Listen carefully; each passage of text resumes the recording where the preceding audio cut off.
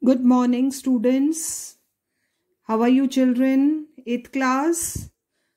I hope now you have started your studies and learning your answers also. By the end of the month, we are going to have a half-yearly examination. And all these chapters that we are doing just now, you are going to get in your exams. So, children, start learning. Okay? So, we were doing the history chapter, that is the revolt of 1857, and up till now we have done the causes of the revolt, then events, what happened in Delhi, in Meerut, in Lucknow, and how the British company took over again. Up till now we have read this much. Now we will start with the topic causes of failure of the revolt of 1857. Why did the revolt failed? Yesterday when we were reading events, there we have seen that though the Indians were winning earlier, but later they were all defeated by various English commanders. So now we are going to read the causes of why did the revolt failed. Many causes were responsible for the failure of the revolt of 1857, one by one. Okay, very well given in points here. First, the revolt was not widespread. पूरे India में नहीं फैला. It could not embrace the entire country and became an all India struggle. पूरे India में नहीं spread हुआ. It was limited to few areas only. Sindh, Rajputana, Kashmir, East Bengal and most of the Punjab did not take part in it. So it was only central India and few parts of India. Second point, the revolt was a national movement but it lacked unity. कहने को तो ये India की freedom के लिए था, but there was no unity among the people who were fighting. Many rulers like Sindhia, Holkar, the Nizam, the Raja of Jodhpur and the rulers of Nabha, Patiala, Jind, etc. did not join the revolt against the British.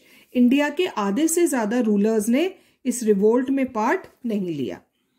The Sikh, the Rajput, Gorkha battalions, ये जो आर्मीज थी, they remained loyal and helped the British to suppress the revolt.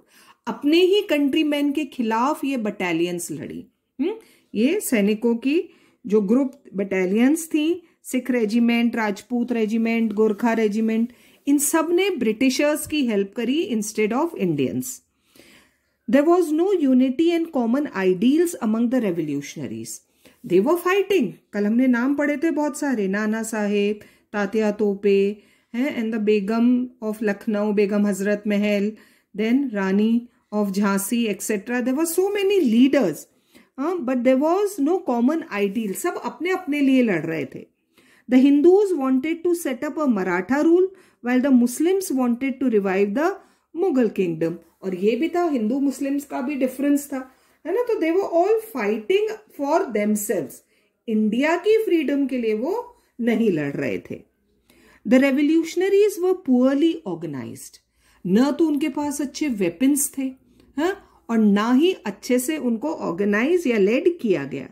They had no common plan of action. United नहीं थे ना, अभी हमने पढ़ा. They were not fighting unitedly. मिलकर एक एम दिमाग में रखकर अगर लड़ते तो शायद जीत जाते, but there was no such thing. The sepoys were brave and selfless. ये अच्छी बात थी, but they were ill equipped, है ना. वही बात, उनके पास अच्छे वेपन्स नहीं थे. ब्रिटिशर्स के पास लेटेस्ट गन्स थी जो कि इंडियंस के पास नहीं थी. On the other hand the British soldiers were fully equipped and more disciplined also, क्योंकि उन्हें ट्रेनिंग, प्रॉपर ट्रेनिंग मिली हुई थी जो कि इंडियन सोल्जर्स के पास नहीं थी. The leaders of the revolt were not good generals, they were good leaders. Rulers बहुत अच्छे थे वो, लेकिन मिलिट्री पॉइंट ऑफ व्यू से they were not good generals. No doubt Nana Sahib, Tatya Tope and the Rani of Jhansi were brave and patriotic. देशभक्त थे, but they lacked the qualities of generalship, है ना. जो एक लीडर में क्वालिटी होनी चाहिए कि कैसे लड़ना है, अपनी आर्मी को कैसे लीड करना है, मिलिट्री ट्रेनिंग नहीं थी उनके पास. ऑन द अदर हैंड जो ब्रिटिश जनरल्स थे like Havelock, Nicholson, Outram, Campbell were more able and experienced. इन्हें लड़ाई का बहुत एक्सपीरियंस था. The rebels lacked resources in terms of men, material. Army में ज्यादा सोल्जर्स नहीं है, लड़ने के लिए ज्यादा मटीरियल नहीं है, मनी नहीं है इनके पास. while the British government poured immense supply of men, money and arms into India. जबकि दूसरी तरफ ब्रिटिशर्स की हेल्प करने के लिए इंग्लैंड से भी हेल्प आ रही थी और इंडियंस के पास वो सब चीजें नहीं थी. So they lacked all these things. The telegraph and postal systems and other means of communication. ये जो well developed means of quick communications थे, ये ब्रिटिशर्स यूज कर रहे थे, were controlled by the English. They stood them in good stead of suppressing the revolt. They were quickly able to communicate with each other, है ना. वो जल्द आपस में एक दूसरे की हेल्प के लिए पहुंच रहे थे from one place to another, जबकि इंडियंस को ऐसी कोई हेल्प नहीं मिल रही थी. The revolt started much before the fixed date. This was one big reason of failure of the revolt. जिस दिन डिसाइड किया था उससे पहले, बहुत पहले स्टार्ट हो गया. और आप सब समझ सकते हो कि अगर समय से पहले कोई काम शुरू होता है तो the preparations are not complete. तो रिवोल्ट करने की प्रिपरेशन तो पूरी हुई नहीं थी and the revolt started. That is 31 May 1857. ये ड्यू डेट थी, जबकि आई थिंक 10th 11th मई को ही स्टार्ट हो गया था. The result was that the whole plan remained disorganized and the British got sufficient time to organize their forces and resources to crush the revolt. Britishers को तैयारी करने का time मिल गया, जबकि इंडियंस तो अभी तक पूरे तैयार थे ही नहीं. उनकी तो प्रिपरेशन ही चल रही थी और रिवोल्ट स्टार्ट हो गया. तो ब्रिटिशर्स को मौका मिल गया लीड करने का. And so the Indians were defeated. तो these are the 10 causes why the revolt, the first war of independence failed. Then why did the emerging middle class not support the rebels? अब ये भी एक बहुत बड़ा कारण है. जो उस समय एजुकेटेड मिडिल क्लास थी उसने भी रिवोल्ट को सपोर्ट नहीं किया. Educated class, the emerging middle class कौन कौन है देखो. The traders, small industrialist, teachers, professors, intellectuals, servants, ये सब जो क्लास थी did not support the rebels because of the following reason. इन्होंने रिबेल्स को सपोर्ट नहीं किया. देखो क्यों नहीं किया. The middle class in India emerged as a result of the administrative policies. वो जो गवर्नमेंट जॉब्स में थे, है ना, ज्यादातर वो थे of the English rulers. As such, their very existence dependent on the continuance of the British rule in India. और वो किस पर डिपेंड थे? ब्रिटिशर्स पर डिपेंड थे. किंग्स उनको सैलरी नहीं दे रहे थे. हाँ, ये वो एडमिनिस्ट्रेटिव सर्विसेज, टीचर्स और जो गवर्नमेंट जॉब्स में हैं वो लोग थे who were getting salary from British government. तो नेचुरली वो ब्रिटिश को सपोर्ट करेंगे. और अगर सपोर्ट नहीं भी किया तो उन्होंने रिबेल्स के फेवर में भी कोई काम नहीं किया. They didn't support the rebels also. The leadership of the revolt was in the hands of Prince and rulers. और जबकि ये सैलरीड क्लास थी, हाँ, और जबकि रिवोल्ट किसने करा था? प्रिंस एंड रूलर्स, उनके सपोर्टर्स ने किया था. तो ये मिडिल क्लास ने सपोर्ट नहीं किया. Who had been deprived of their states and territories. They fought mostly to recapture the lost territory. And remember children, all these kings, rulers who led the revolt, they were not fighting for the independence of the country. वो सिर्फ अपनी अपनी kingdom को free कराने के लिए लड़ रहे थे, अपने अपने राज्य को फ्री कराने के लिए लड़ रहे थे. The emerging middle class had no interest in their cause. उन्हें मतलब ही नहीं था इनसे. The members of the middle class were enamored by the western ideas. क्योंकि ये पढ़े लिखे थे, वेस्टर्न एजुकेशन मिली हुई थी इनको, तो उन्हें वेस्टर्न पीपल में, वेस्टर्न एजुकेशन स्टाइल में ज्यादा इंटरेस्ट था. They genuinely thought that the only English could take India into the modern age. They were against monarchy. ये किंग्स और रूलर्स किसको रिप्रेजेंट करते थे? मोनार्की को. और ये जो एजुकेटेड मिडिल क्लास थी ये चेंज लाना चाहती थी, मॉडर्न एज लाना चाहती थी, especially democracy. As such they did not support the feudal elements who led the revolt. इसलिए उन्होंने राजाओं को सपोर्ट नहीं किया. The leaders of the revolt raised such obsolete issues. ऐसे कारण से लड़ रहे थे जिनका इस समय अब कोई मतलब नहीं रह जाता था, as the practice of sati and widow remarriage, जो कि गलत प्रैक्टिसेस थी। मिडिल क्लास समझ रही थी इस बात को बिकॉज दे वर एजुकेटेड, और जो किंग्स और इंडियंस लड़ रहे थे वो ज्यादातर हमारे इन सोशल इवल्स को कारण बना रहे थे लड़ाई का। They criticise these reforms to rouse the people against the English, और मिडिल क्लास ने तो इनके खिलाफ आवाज उठाई। On the other hand, the emerging middle class had been the biggest supporter of these reforms. Educated थे ना, वो समझते थे सती सिस्टम, चाइल्ड मैरिज और ये सब चीजें अब बेकार की बात है, आप छोड़ो इनको। रूलर्स इनको सपोर्ट कर रहे थे। In fact the British government legalise these reforms because of their support, और इसी वजह से ये लॉज पास हुए थे against sati system, against child marriage, है ना। इन सब के लिए जो लॉज बने थे ना, जो ब्रिटिश गवर्नमेंट ने बनाए थे, वो इन मिडिल क्लास के सपोर्ट से ही बनाए थे। तो कहीं ना कहीं आइडियाज को लेकर डिफरेंस था। मिडिल क्लास वेस्टर्न आइडियाज को सपोर्ट कर रही थी, वेस्टर्न एजुकेशन डेवलपमेंट, जबकि जो हमारे किंग्स थे या तो वो अपनी टेरिटरी को बचाने के लिए लड़ रहे थे या ऐसी बातों को लिए लड़ रहे थे जो कि अब बेकार या आउटडेटेड हो चुकी थी। So these were the causes why the middle class did not support the revolt. और अब हम देखेंगे the results of the revolt. क्या रिजल्ट रहे इस रिवोल्ट के? What were the results? The revolt produced far-reaching revolts और consequences. इसके बहुत ज्यादा असर हुए। पहला, the governments of the company, जो कंपनी लीड कर रही थी, ended in India by an act passed by the British Parliament in August 1858. This was a very big change. बहुत बड़ा रिजल्ट है ये। अभी तक इंडिया पर कौन रूल कर रहा था? The east India company. और अब ये रूल किसके हाथ में आ गया था? British crown. The rule of India was transferred to the British crown and parliament. The act also abolished, है ना, ये जो है द ब्रिटिश पार्लियामेंट ने जो एक्ट पास हुआ इन अगस्त 58, it also abolish the rule of British east India company through board of directors and the board of control. इन्हें सबको खत्म कर दिया गया। मतलब इंडिया पर अब ईस्ट इंडिया कंपनी का रूल नहीं है, इंडिया पर अब डायरेक्ट ब्रिटिश क्राउन का रूल हो गया। A minister in the British cabinet was made responsible for the administration of India.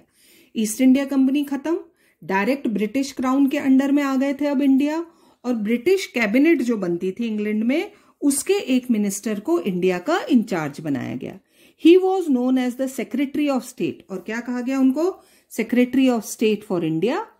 A council of 13 members was appointed to help him. तो अब हमारा रूल, इंडिया का रूल डायरेक्ट ब्रिटिश गवर्नमेंट के हाथ में आ गया था। The Governor General of India was to be called the Viceroy. 1857 तक क्या कहलाते थे? Governor general. अब वो क्या कहलाए जाएंगे? Viceroy.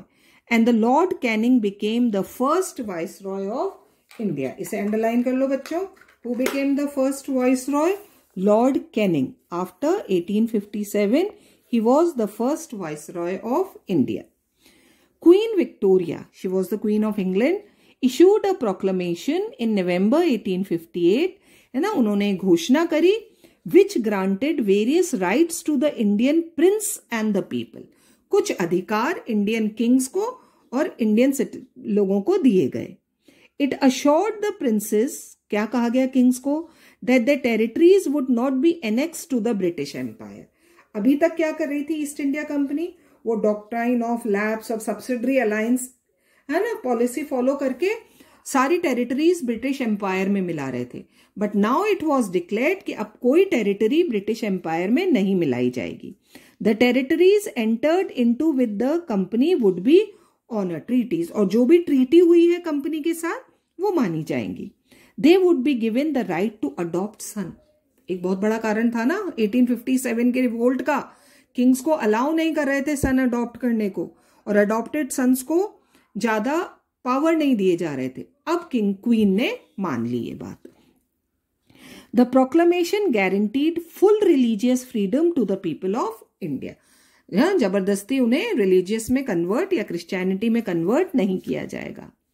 It also proclaimed that the Indians would be appointed to high post. अभी तक नहीं हो रहा था, अब होगा.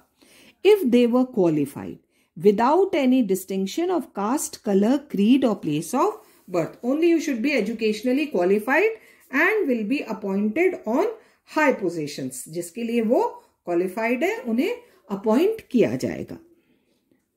अ जनरल पार्डन, माफी. What is the meaning of pardon? माफी दी गई सबको, to all except those who were guilty of murdering the British. बाकी सबको माफ कर दिया गया, लेकिन जिन्होंने ब्रिटिश ऑफिशियल्स को मारा था और जिन पर ये केस चल रहे थे, सिर्फ उन्हें माफी नहीं दी गई. Otherwise general pardon was given. It, क्या ये सब पॉइंट्स कहां से आ रहे हैं? द प्रोक्लेमेशन ऑफ 1858 है ना, ये है. ये promise that the government of India would try to advance the material and moral progress of India. कि अब जो इंडिया में गवर्नमेंट होगी, कौन किसकी गवर्नमेंट होगी? वो 15 मेंबर्स और secretary of state and vice Roy, ये सब इंडिया के डेवलपमेंट के लिए काम करेंगे, है ना. इंडिया को लूटने का काम नहीं करेंगे. द इंडियन आर्मी वॉज रीऑर्गेनाइज्ड, दोबारा बनाई गई.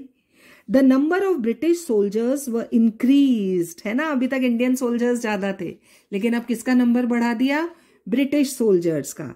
And the artillery was placed under their control. पूरा तोपखाना जिसका होता है, जहां वेपन्स होते हैं. सबसे बड़े ये सिपाही म्यूटनी तो थी, आर्मी में ही तो स्टार्ट हुई थी. तो अब ये सब किसके हाथ में दिया गया? डायरेक्ट ब्रिटिश के हाथ में दिया गया. Last but not the least, the revolt of 1857 was undoubtedly a great struggle of the Indian people for freedom, है ना. इसीलिए हमने इसको क्या नाम दिया? The war of independence, the first war of independence. इसमें कोई शक नहीं है कि ये कोशिश थी इंडियंस की to get freedom from British. It aroused national feelings among the people. एक देशभक्ति की भावना पैदा करी among the Indians and paved the way for the rise of the national movement. एक तरह से भले ही रिवोल्ट ऑफ 1857 फेल हो गया, इट फेल्ड, लेकिन उसने एक रास्ता दिखाया इंडियंस को to get freedom, to fight for the freedom of the country. It served as a source of inspiration in the later struggle for freedom. बाद में जो भी हमने लड़ाई लड़ी, हमारा फ्रीडम मूवमेंट जो हम आगे पढ़ेंगे, तो ये एक तरह से रास्ता बना दिया था रिवोल्ट ऑफ 1857 ने, for the Indians to fight for the freedom of the country, and consequently India won freedom in 1947, and we got our freedom on 15th August 1947. So this is what were the results. हमने failure भी पढ़ा, middle class भी पढ़ा, और उसके बाद क्या हुआ ये हमने यहाँ तक स्टडी किया, what happened. Now in next class we will study about the various heroes of the great rising of 1857, all those great leaders who participated in this revolt. Till then, keep reading and learning.